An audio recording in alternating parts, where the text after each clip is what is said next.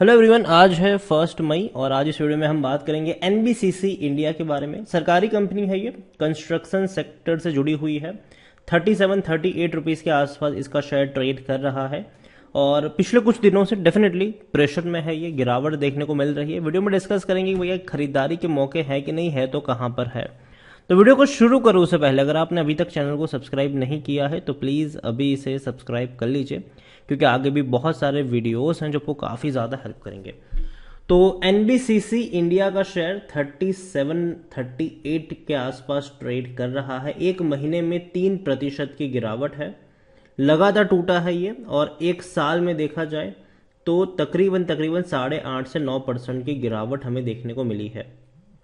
काफी ज्यादा ups and downs देखने को मिली है। 41 से शेयर ने जो रफ्तार पकड़ी थी 60 रुपए के करीब पहुंचा, वापस टूट के बिखरा, तेजी आई गिरावट आई, तेजी आई गिरावट आई।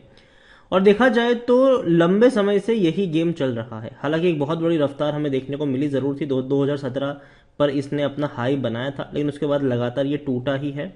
कोई डिसाइसिव तेजी उसके बाद हमें देखने को नहीं मिली है। हाँ, कोविड के बाद अच्छी खासी रफ्तार एक्सपेक्ट हुई थी और देखने को मिली भी थी, लेकिन उसके बाद वापस से ये टूटता ही जा रहा है।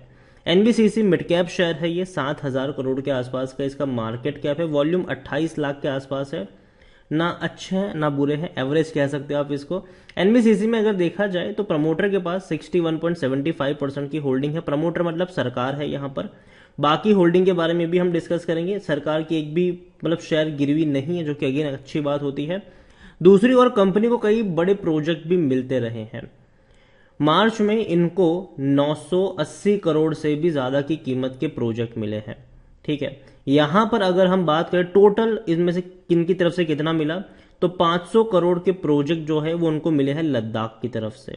ठीक है, दूसरी ओर अगर हम जाए तो company secured work order worth 52.73 crore from directorate general defence estate की तरफ से इनको मिला। 418 करोड़ का इनको प्रोजेक्ट मिला है यूनिवर्सिटी ऑफ दिल्ली, उनकी तरफ से इनको प्रोजेक्ट मिला है। कंपनी को एक और प्रोजेक्ट मिला है 10 करोड़ के आसपास का, वो है एमएसटीसी की तरफ से। तो कंपनी को डेफिनेटली कई सारे प्रोजेक्ट मिले हैं और आगे भी मिलते रहेंगे। सरकार की तरफ से देखो, सरकारी कंपनी है तो जाहिर सी बात है कई सारे सरकारी ऑर्डर इनको मिलते हैं और मिलते भी रहेंगे आने वाले दिनों में भी। एनबीसीसी को लेकर अगर हम देखें तो एनबीसीसी में according to Moneycontrol user बेचने की बात कोई नहीं कर रहा है, मैं भी नहीं करूंगा। मुझे लगता है कि जिस प्राइस पर शेयर ट्रेड कर रहा है वहां पर खरीदारी के मौके थोड़े और नीचे बन सकते हैं, 35 रुपए के आसपास। यहां पर अगर आप बात करने जाओ एनबीसीसी को लेकर तो लगातार रेवेन्यू उनके कम हो रहे हैं।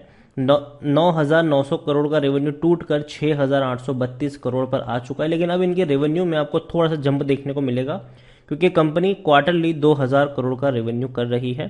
तो एक्सपेक्ट यही होगा कि फाइनेंशियल ईयर 2022 में इनका जो रेवेन्यू है वो 8,000 करोड़ के आसपास देखने को मिले। प्रॉफिट जो इनके टूट कर बिखरे जरूर है, 226 करोड़ के आसपास है। एक्सपेक्टेड यही है कि वो आने वाले दौर में एटलीस्ट उसी के आसपास नजर आएंगे। कोई बड़ी तेजी नहीं होगी, लेकिन कोई बड़ी गिरावट भी आपको इनके प्रॉफिट्स में देखने को नहीं मिलेगी। यहां पर आप एनबीसीसी को लेकर देखें तो खरीदारी का सही मौका है, क्योंकि शेयर ओवरबोट जोन में नहीं है। 30 का इसका पी है और सेक्टर पी 64 का है, सस्ता कह सकते हो आप इसको। और डिविडेंड कुछ खास पे नहीं कर रहा है। बैंक एफडी से भी अच्छा पैसा इसने बनाकर दिया है, कोई भी रेड फ्लैग नजर नहीं आ रहा है। होल्डिंग्स की अगर हम बात करने जाए 61.75% की होल्डिंग प्रमोटर के पास है। म्यूचुअल फंड ने शॉपिंग करी है, खरीदारी करी है।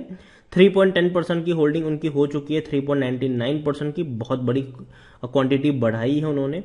7.09% की डोमेस्टिक इंस्टीट्यूशन की होल्डिंग जो पिछले क्वार्टर में थी वो अभी भी उतनी ही है, न खरीदा है न बेचा है।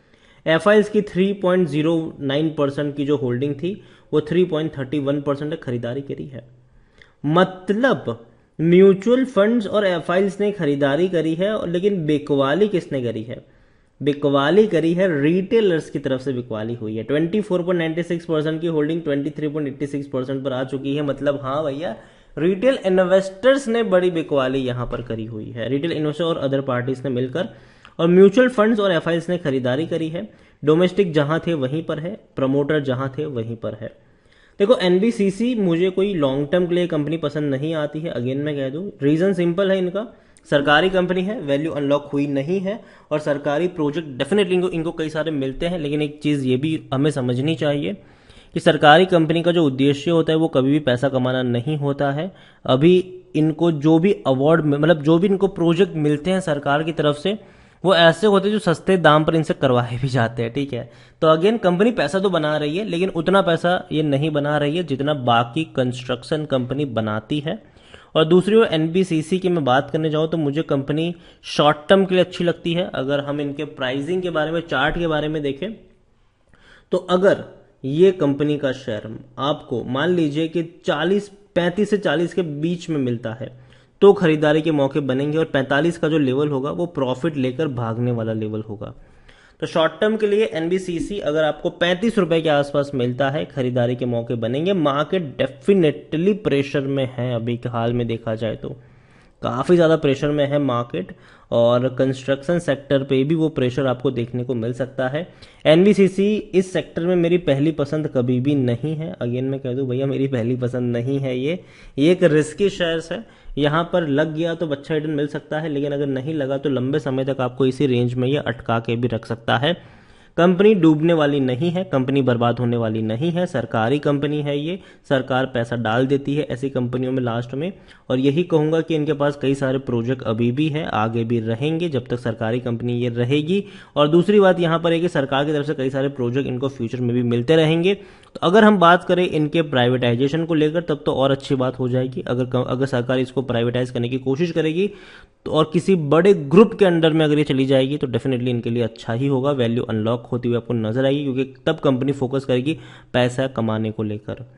तो एनबीसीसी को लेकर मैं इतना ही कहूंगा कि मुझे ये उतनी ज़्यादा पसंद तो पहली चीज़ नहीं है। इस सेक्टर में और भी बेहतरीन कंपनियां हैं जहां पर दाव खेला जा सकता है। एनबीसीसी एक उस कंपनी में आप गिन सकते हो कि हाँ हल्का फुल्का निवेश करना चाहो, रिस्क लेना चाहो तो ले सकते हो, लेकिन एक बहुत बड़ा निवेश करने की ज़रूरत नहीं है। और खरीदारी के जहां तक मौके की मैं बात करूँ, अगर मैं बात करूँ तो 35 रुपए का जो लेवल है वो मुझे लगता है कि एक बार के लिए रिस्क वहां पर लिया जा सकता है। अगेन मैं कह दूं रिस्की कंपनी है, अगर आप उस रिस्क को समझते हो तो ही यहाँ पर निवेश करिएगा। और दूसरी बात यहाँ पर यह भी है कि यहाँ मार्केट की सिचुएशन अभी कुछ खास उतनी अच्छी नहीं है, तो पहला निवेश एनबीसीसी जैसी कंपनी में कभी नहीं होना चाहिए। जो अच्छी कंपनी है, बेहतरीन कंपनी है, मार्केट लीडर है, उनको पहले चूज करना चाहिए, बाद में आप इन कंपनी के ऊपर नज़र दौड़ा सकते हैं। और जो भी स्टॉक मार्केट में नए निवेश करते हैं उनको मैं यही चीज़ कहूँगा कि फंडामेंटली स्ट्रांग कंपनियों को चुनिएगा, उसके बाद एनबीसीसी जैसी कंपनियों को चुनने का रिस्क लीजिएगा यहाँ पर। और यही कहूँगा कि हाँ मुझे एनबीसीसी 35 रुपये का जो रेंज है वो पसंद आता है वहाँ पर, लेकिन अगेन रिस्की कंपनी है तो उस रिस्क को ज़रूर समझिएगा। वीडियो को यहीं पे एंड करूँगा। पसंद आया हो तो लाइक करो, शेयर करो, चैनल पर अगर आप पहली बार हैं तो प्लीज़ सब्सक्राइब करो। एनबीसीसी इंडिया के बारे में आप क्या सोचते हैं वो भी आप मुझे कमेंट में लिखकर बता सकते हैं। Thank you.